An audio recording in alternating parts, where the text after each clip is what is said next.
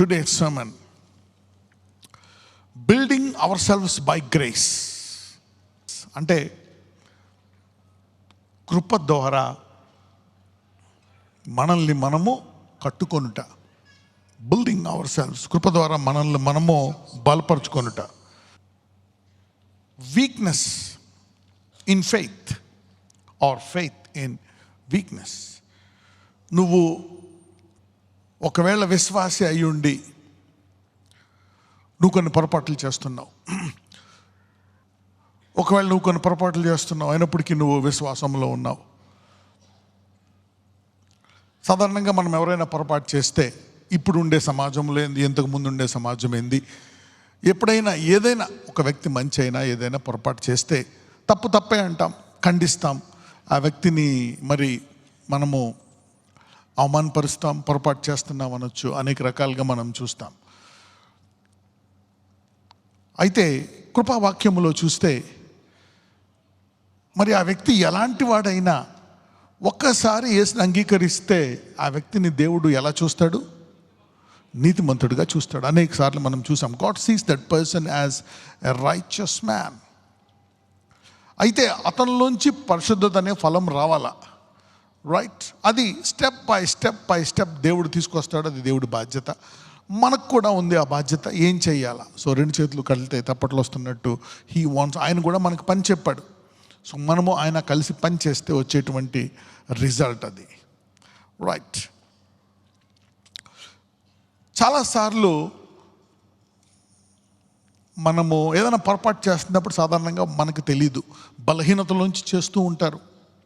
ఒక్కొక్కసారి తర్వాత ఏదైనా ఒక శిక్ష వచ్చిన తర్వాత అరే నేను చేశాను అందుకే ఇది వచ్చిందని చెప్పి దాని విషయమై పశ్చాత్తాపడతారు. ఆ బలహీనతలో ఉన్నప్పుడు చాలాసార్లు తెలియకపోవచ్చు, ఒక్కొక్కసారి తెలిసి కూడా అది తప్పని కూడా బలహీనతలో చేస్తూ ఉండొచ్చు. దీస్ ఆర్ ఆల్, ఇవన్నీ కూడా మరి పాపంలోకి వస్తుంది, రైట్? అప్పుడు కృపావాక్యములో మనము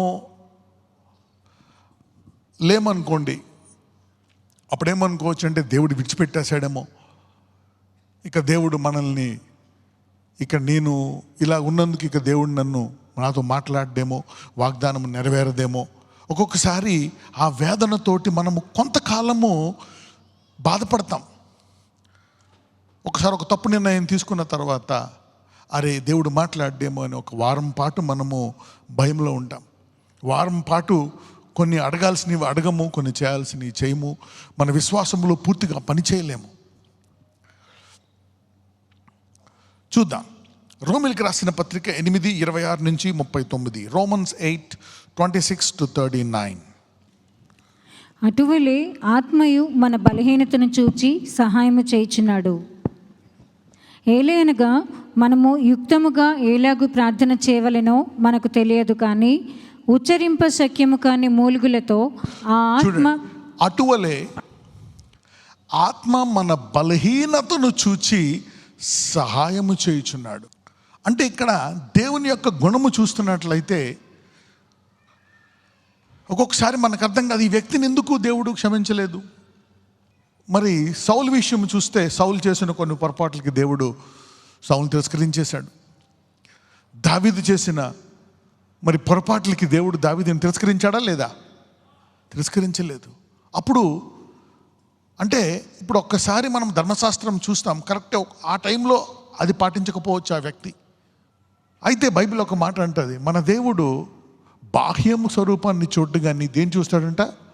హృదయాన్ని చూస్తాడంట. అక్కడ దావీదు హృదయాన్ని చూశాడు. మరి ఆయన ఇజ్రాయెల్లో ఉండేటువంటి ఆ ప్రజల్ని చూశాడు. ప్రజల్ని చూసి అక్కడ ఉండేటువంటి శాస్త్రులను పరిసయ్యులను, శాస్త్రులు పరిసయ్యులు అంటే వాళ్ళు యాజకులు, ఒక రకమైనటువంటి యాజకులు, భక్తులు, విశ్వాసులు, బోధకులు, రబైలు, వాళ్ళు సంఘ కాపర్లు. వారిని చూసి ఏమంటాడంటే, మీకంట మీరు పశ్చాత్తాపడట్లేదు కాబట్టి ఇదిగో మీరు ఈ పాపులందరూ నరకానికి వెళ్ళిపోతారంటారు కదా, మీకంట ముందు ఎవరు వెళ్తారని చెప్తాడు వాళ్ళకి? ఈ సుంకర్లు, పాపులు మీకంట ముందు వెళ్తారంట. ఎందుకు? వాళ్ళ పాప విషయమై ఏం పడచ్చు? పశ్చాత్తాపడతారంట. They will repent. They will, అంటే దేవుడు ఏం చూసే దేవుడు హృదయాన్ని చూసే దేవుడు. He sees the heart and then he makes a decision. మనం ఒక్కొక్కసారి బయట సడన్గా చూసి మనము డిసైడ్ చెప్పేస్తాం, ఈ వ్యక్తి ఇలా చేస్తున్నాడు, ఈ వ్యక్తి తప్పు, this is mistake. Right, let us see. అటువలే ఆత్మయు మన బలహీనతను చూచి సహాయం. కానీ ఇక్కడ ఆత్మ సాధారణంగా బలహీనతను, ఇప్పుడు సౌలు బలహీనతను చూసి సహాయం చేశాడా? చేయలే. దావీదుని బలహీనతను చూసి సహాయం చేశాడా? చేశాడు. See that now. So God is telling. అందుకే ఎవరైనా ఏదైనా చేస్తున్నప్పుడు విల్ గాడ్ హెల్ప్ హిమ్. ఆత్మయు మన బలహీనతను చూచి సహాయము చేయుచున్నాడు. మరియు హృదయములను పరిశోధించువాడు ఆ, ఆత్మ యొక్క మనస్సు ఏదో ఎరుగును. ఏలైనగా ఆయన దేవుని చిత్త ప్రకారము పరిశుద్ధుల కొరకు విజ్ఞాపనము చేయుచున్నాడు. అంటే ఈ వ్యక్తికి ఇలా చేస్తే బాగుంటుంది, ఈ వ్యక్తికి ఇదిగో ఎన్ని అడుగుతున్నాడు కానీ ఇవి అడిగితేనే ఇవి ఇస్తేనే బాగుంటుంది, ఈ వ్యక్తికి వెంటనే డబ్బు ఇవ్వకపోతే మంచిది, ఈ వ్యక్తికి కొంచెం ఆలస్యం అయితేనే మంచిది, ఈ వ్యక్తికి ఈ కష్టంలో ఇంకా త్వరగా ఇలాగనమాట. ఓకే, ఈ వ్యక్తికి ఇంకా ఈ విధమైన ఆశీర్వాదం మంచిది, ఈ వ్యక్తికి ఈ బలహీనత అయినప్పుడు ఇంకా ప్రార్థన బాగా చేసి శరీరాన్ని నలగొట్టుకునేటువంటి కృప కావాలి ఈ వ్యక్తికి నోరుని కంట్రోల్ చేసుకునే కృప, ఈ వ్యక్తికి ఈ బలహీనత ఉంది, ఇలా రకరకాలుగా హీ విల్ హెల్ప్. ఇంకా ఆయన నీకు కూడా బోధిస్తాడు ఆ వాక్యంలోంచి, నీకు ఇది కావాలా, నీకు ఇది కావాలా, ఒక్కోసారి సహాయం చేస్తాడు. హీ హెల్ప్స్ యూ అన్ని రంగాల్లో కూడా. మరియు హృదయములను పరిశోధించువాడు ఆత్మ యొక్క మనసు ఏదో ఎరుగును. ఏలయనగా ఆయన దేవుని చిత్త ప్రకారం పరిశుద్ధుల కొరకు విజ్ఞాపన. కంటిన్యూ. దేవుని ప్రేమించు వారికి అనగా ఆయన సంకల్పము చొప్పున పిలువబడిన వారికి మేలు కలుగుటకై సమస్తమును సమకూడి జరుగుచున్నవని ఎరుగుదుము. అంటే ఎవరినైతే హృదయం చూశాడో, అరే ఈ హృదయం సరైంది, ఇతనిలో బలహీనతలు ఉన్నాయి, కొన్ని పొరపాట్లు చేస్తాడు, కొన్ని సైలెంట్గా, కొన్ని లోపల చేసుకుంటాడు, కొన్ని పబ్లిక్గా కూడా చేస్తాడు కొన్ని పొరపాట్లు, కానీ నేను ఇతని పొరపాట్లను ఇతనికి మేలు కలుగొట్టుకై చేస్తాను అని దేవుడు ఒకసారి నిర్ణయించుకుంటాడు. ఎందుకంటే ఇతని హృదయం మంచిది. కాబట్టి నేను ఇతన్ని ఎలాగైనా ఇతను చేసినవన్నీ సమకూడి మంచికి చేస్తాను అని దేవుడు ఒకసారి నిర్ణయించుకుంటాడంట. అందుకే ఇప్పుడు కూడా దేవుని ప్రేమించేవాడు పూర్ణ ఆత్మతో, పూర్ణ బలముతో, పూర్ణ మనస్సుతో ప్రేమించాలంట. ఒకవేళ నీలో ఎన్ని బలహీనతలు ఉన్నా, నీ ప్రవర్తన సరిగ్గా లేకపోయినా నువ్వు మనస్సుతో ఆరాధించేవాడు అనుకోండి, నీ బలహీనతలన్నీ అది ఒక్కోసారి నీకు నీ యొక్క చెడుకు కాదు కానీ నీ మేలుకే కూడా దేవుడు చేయొచ్చు. అలాగని బలహీనతను మేలుగా వాడుకోవడం అనేటువంటిది దేవుని చిత్తం కాదు. అంటే దేవుని చిత్తం ఏంటి? నువ్వెప్పుడూ బలముగా ఉండి నీ బలము ద్వారా నీకు మేలు జరగాలనేటువంటిది దేవుని యొక్క ఇది స్టాండర్డ్. గుర్తుపెట్టుకోండి. కొంతమంది స్వస్థపడరు, అలాగనే దేవుని చిత్తము కాదా? నీవెల్లప్పుడూ ఆరోగ్యముగా ఉండి బలముగా ఉండాలనేటువంటిది దేవుని చిత్తము. అలాగే నువ్వు అనారోగ్యంగా ఉంటే నేను తిరస్కరిస్తాడా? లేదు. ఎలీషా బలహీనతలో కూడా మరి అతడు ప్రవచించి అతను యొక్క రాజుకి మరి ఏ విధంగా విజయం రావాలనేటువంటిది చూస్తే అక్కడ రాజు కూడా అతన్ని చూసి నువ్వు బలహీనంగా ఉన్నావని ఆ ప్రవచనానికి కరెక్ట్గా రెస్పాండ్ అవ్వలేకపోయాడు. అది చనిపోయినా కానీ అతని ఎముకల్లో పవర్ ఉందా లేదా? యూసీనా. సో అందుకనే ఒక్కొక్కసారి నీకు అర్థం కాదు, మనకు అర్థం కాదు, ఏంటి ఈ వ్యక్తి ఇంకా ఈ బలహీనత తగ్గిపోయిన ఇంకా బ్లెస్ అవుతున్నాడు, అలాగే ఉన్నాడు, అలాగే అందులోనే ఉంచేయడం కాదు. God has scene something. ఇది ఎప్పుడొకప్పుడు ఏదో ఒక టైంలో అతను జయిస్తాడు.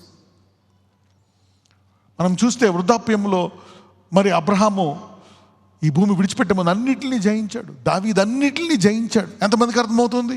ఎస్, సౌలు అలా జయించేవాడు కాదేమో. చూద్దాం, చదువమ్మా. ఎందుకనగా తన కుమారుడు అనేక సహోదరులలో జ్యేష్ఠుడగినట్లు దేవుడు ఎవరిని ముందు ఎరిగెనో వారు తన కుమారునితో సారూప్యము గలవారవుటకు వారిని ముందుగా నిర్ణయించెను. అయితే దేవుడు ఒకటి నిర్ణయించేశాడంట, ఎవరిని అంటే కొంతమందిని నా స్వరూపంలోకి నేను మార్చేసుకుంటానని ఫిక్స్ అయిపోయాడంట. మనం చూస్తాం, పౌలు భక్తుడు చెప్తాడు, యోహాన్ కూడా చెప్తాడు, ఎప్పుడైతే ఆయన ప్రత్యక్షమవుతాడో, ఆయన ప్రత్యక్షమైనప్పుడు మనము కూడా ఆయన వలె తయారై ఆయన చూస్తామంట. We will become like him and then see him. ఇప్పుడు ఒకవేళ ఆయనలాగా అవ్వకుండా చూసామనుకోండి, చూడగలమా? ఏ నరుడు దేవుణ్ణి చూసి బతకలేడు, చనిపోతాడు. అందుకనే దేవుడు కూడా దర్శనాల ద్వారా వస్తాడు. ఒకసారి తగ్గించుకొని వస్తాడు. ఒకసారి మోషేకి చెప్తాడు, నా వెనక భాగం చూడు, నువ్వు ముందు నా మహిమ చూస్తే నువ్వు బతకలేవు. మరి యోహాను కూడా ఒక దర్శనం వచ్చినప్పుడు పరలోకంలో ఆ దేవుణ్ణి చూసినప్పుడు ఏమవుతాడు? చూసి చచ్చిన వాని వల్ల పడిపోయాడు, చూడలేడు. You cannot see. మరి దేవుడు చూపించగలరు కూడా, తగ్గించు మహిమలో రావచ్చు. He can come in a diminished glory. తగ్గించుకొని ఒక మానవుడిగా కూడా దేవుడు రాగలడు, ఒక దూతను పంపించగలడు. He can talk in many ways. అయితే కొంతమందిని ఆయన ఫిక్స్ చేసుకున్నాడంటే, ఈయన్ని నా స్వరూపంలోకి మార్చేసుకుంటా అంటే చివరకు నువ్వు ఆయన స్వరూపంలోకి మార్చబడిపోతావంట. అది ఏంటి తెలుసా? అది అసలైన టార్గెట్. ఒక భక్తుడికి, ఒక బిలీవర్కి, ఈ భూమి మీద ఎవరికైనా ఈ టార్గెట్ ఉంటే అది దేవుని యొక్క కృప, అది దేవుని చిత్తం, అది దేవుని యొక్క హృదయానందం. పౌలు చెప్పేశాడు, నేను నా యాత్రను ముగించాను, నాకేమివ్వబోతుంది? జీవ కిరీటం ఇవ్వబోతుంది. అంటే పౌలు ఇప్పుడు ఏ స్వరూపంలో ఉంటాడు? ఇప్పుడు పౌలు కన్ఫర్మ్ టు హిస్ ఇమేజ్. ఒకప్పుడు హత్య చేశాడు, దేవునికి వ్యతిరేకంగా పోరాడాడు, అన్నీ చేశాడు, కొన్ని బలహీనతలు ఉన్నాయి. తుదకు దేవుడు అతన్ని తన స్వరూపంలోకి మార్చేసుకున్నాడు. ఇలా నిర్ణయించేశాడు అనమాట. సో అందుకే ఆ వ్యక్తి ఇప్పుడు నువ్వు తప్పు చేసావని అనడానికి లేదు. అలాగని ఖండించకుండా ఉండాలా? ఖండించాలా, తెలియాలా. రైట్. న్యాయాధిపతులు 14 మొదటి 6 వచనాలు. సంసోను తిమ్నాతునకు వెళ్ళి తిమ్నాతులో ఫిలిష్తీయుల కుమార్తెలలో ఒకతను చూచెను. ఓకే, సంసోను యొక్క పుట్టుక రహస్యం ఏంటి? దేవుడు అతనికి ఒక గురి చెప్పాడు. తన మానవకి, మరి ఆ కుటుంబానికి ఏం చెప్పాడంటే, సంసోను దేనికోసము మీ గర్భము ముందు పుడుతున్నాడు అని ఒక దర్శనం ఇచ్చాడు వాళ్ళకి. ఏంటి ఆ దర్శనము?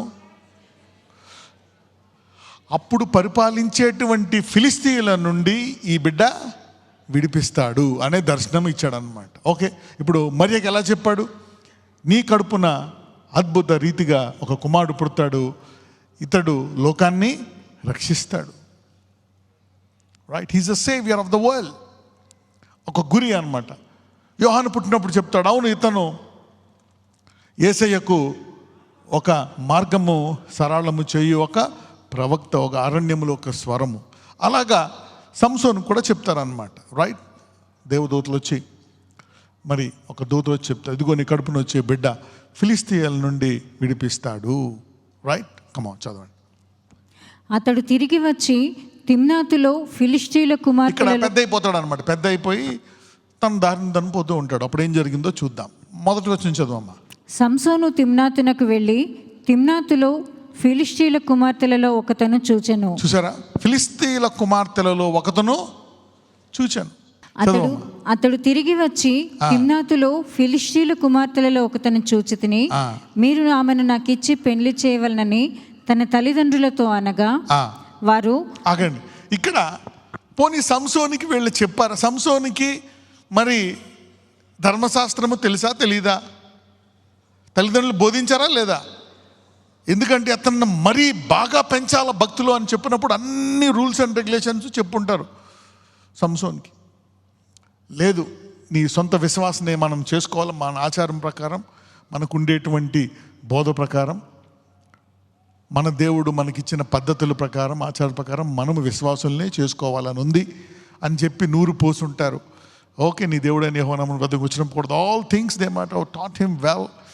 సో ఇక్కడ సంసోను ఇలా మాట్లాడడము దేవుని చిత్తమా కాదా? వాక్యానుసారమా కాదా? కాదు.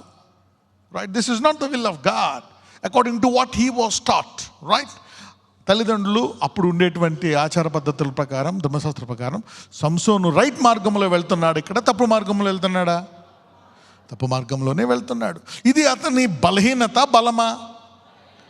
బలహీనత. At least you understood this. Good. Right. అతను తిరిగి వచ్చి మరి తిమ్నాతులో ఫిలిస్తీయుల కుమార్తెలో ఒకతను చూచితిని, మీరు ఆమెను నాకు ఇచ్చి పెండ్లి చేయవలనని తన తండ్రులతో అన్నాడంట. రైట్. వారు, నీ స్వజనుల కుమార్తెలలోనే కానీ నా జనులలోనే కానీ స్త్రీ లేదనుకొని సున్నతి పొందని ఫిలిష్తీయులలో నుండి కన్యను తెచ్చుకుంటకు వెళ్ళుచున్నావా అని అతన్ని అడిగిరి. అందుకు సంసోను, ఆమె నాకు ఇష్టమైనది కనుక ఆమెను నా కొరకు తెప్పించమని తన తండ్రితో చెప్పాను. చూడండి, పోనీ ఇది దొరకలేదంటే మనోడు ఒప్పుకుంటున్నాడా? చదవమ్మా. అయితే ఫిలిష్తీయులకు ఏమైనా చేయుటకై యెహోవా చేత అతడు రేపబడెను అన్న మాట అతని తల్లిదండ్రులు తెలుసుకొనలేదు. ఆ కాలమున ఫిలిష్తీయులు ఇశ్రాయేలీయులను ఏలుచుండిరి. అయితే ఫిలిష్తీయులకేమైనా చేయుటకై యెహోవా చేత అతడు రేపబడుచున్న మాట అతని తల్లిదండ్రులు తెలుసుకొనలేదు. మరి ఇక్కడ దేవుడు ఇక్కడ సంసోను యొక్క బలాన్ని వాడుకుంటున్నాడా, బలహీనతను వాడుకుంటున్నాడా ఆయన చిత్తం నెరవేర్చడానికి? చూసి, కానీ దేవుని చిత్తం ఏంటి? బలాన్ని వాడుకోవాలా, బలహీనతను వాడుకుంటాడా? బలాన్ని. కానీ ఇక్కడ బలం ఉందా? లేదు. టార్గెట్ మర్చిపోయాడు. తల్లిదండ్రులు కూడా తొయ్యట్లేదు. ఎందుకు? కష్టపడి పెంచారు, పాలు పెరుగు వెన్న పెట్టారు. అక్కడ ఫిలిస్తీన్లు రోజుకు ఒకరిని చంపేస్తున్నారు. ఎవరన్నా అడ్డొస్తే పంపిస్తారా కొడుకుని? చెప్పండి, పంపించరు. వాళ్ళు భయంలో ఉన్నారు, మనోడిని వెళ్ళమని చెప్పట్లేదు. The problem when you operate in fear, నీవెప్పుడైతే భయంలో ఉంటావో నీ బలాన్ని పెంచుకోకుండా దేవుడు తన గురి వద్దకు తీసుకెళ్ళడానికి నీ బలహీనతను కూడా వాడుకుంటాడు. దానివల్ల లాభాలు ఉంటాయా, నష్టాలు ఉంటాయా? ముగింపు నష్టాలే ఉంటాయి. చూసారా? God can also use your weakness. భయం వేస్తుందా? So is it? అందుకనే ఇప్పుడు బలహీనత విషయమై తీర్పు తీర్చడం ఈజీయా కాదా? కాదు. You cannot judge somebody's weakness. అందుకే అంటాడు జడ్జ్ నాట్. ఎంతమందికి అర్థమవుతుంది? Yeah, you cannot say is weak. God is using Samson's weakness. ఎందుకంటే యేసుప్రభువు వారు ఒక్కసారి కూడా ఆయన బలహీనతను వాడుకునే ఛాన్స్ ఇచ్చారా? ఇవ్వలేదు. ఎందుకంటే ఆయన బలహీనుడు ఎప్పుడు లేడు. ఎప్పుడు ప్రార్థనలో ఉండి ఆయన ఎప్పుడు కూడా తన శరీరాన్ని జయిస్తూ ఎప్పుడూ కూడా ఆయన బలముగానే జీవించి ఒక్క పాపము చేయకుండా కూడా ఉన్నాడు. అదే దేవుని యొక్క చిత్తము. ఎంతమందికి అర్థమైంది ఇది? That is the will of God. మరి ఆయన శిష్యులందరినీ పిలుచుకున్నప్పుడు వారిలో బలహీనతలు ఉన్నాయా లేదా? వారి బలహీనతలు బయటికి చూపించారా లేదా? యా. వారిలో బండ అయిన వాడు ఎన్నిసార్లు తిరస్కరించాడు? కానీ దేవుడు మళ్ళా ముమ్మారు, పేతురు నన్ను ప్రేమిస్తున్నావా పనిసి 3 సార్లు కన్ఫెస్ చేయించి అతన్ని బ్లెస్ చేశాడు. నా చూద్దాం, లెట్స్ స్టడీ. అప్పుడు సంసోను తన తల్లిదండ్రులతో కూడా తిమ్నాతునకు పోయి తిమ్నాతు ద్రాక్ష తోటల వరకు వచ్చినప్పుడు కొదుమ సింహము అతని ఎదుటికి బొబ్బరించుచూ వచ్చెను. యెహోవా ఆత్మ అతన్ని ప్రేరేపింపగా అతని చేతిలో ఏమీ లేకపోయినను ఒకడు మేకపిల్లను చీల్చినట్లు దానిని చీల్చెను. అతడు తాను చేసినది తన తండ్రితోనైనను తల్లితోనైనను చెప్పలేదు. రైట్. ఇక్కడ చూడండి.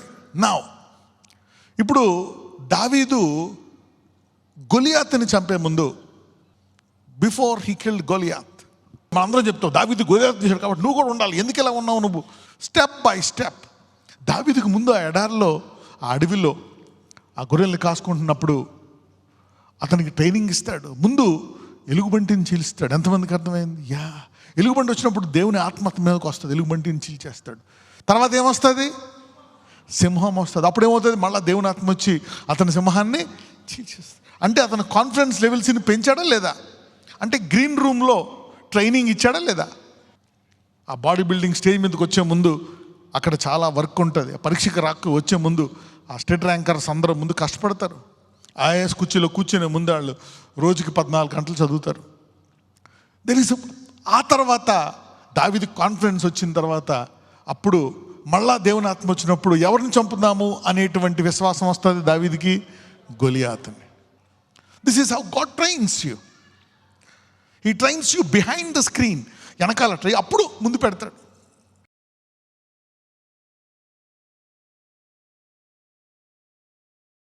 నజరేయుడైన యేసయ్య, నీ సంఘము, నీ బిడ్డలు వారు అబ్రహాములాగా పరలోకానికి వెళ్ళడానికి వారినందరినీ ఐశ్వర్యములు ఆశీర్వదించండి.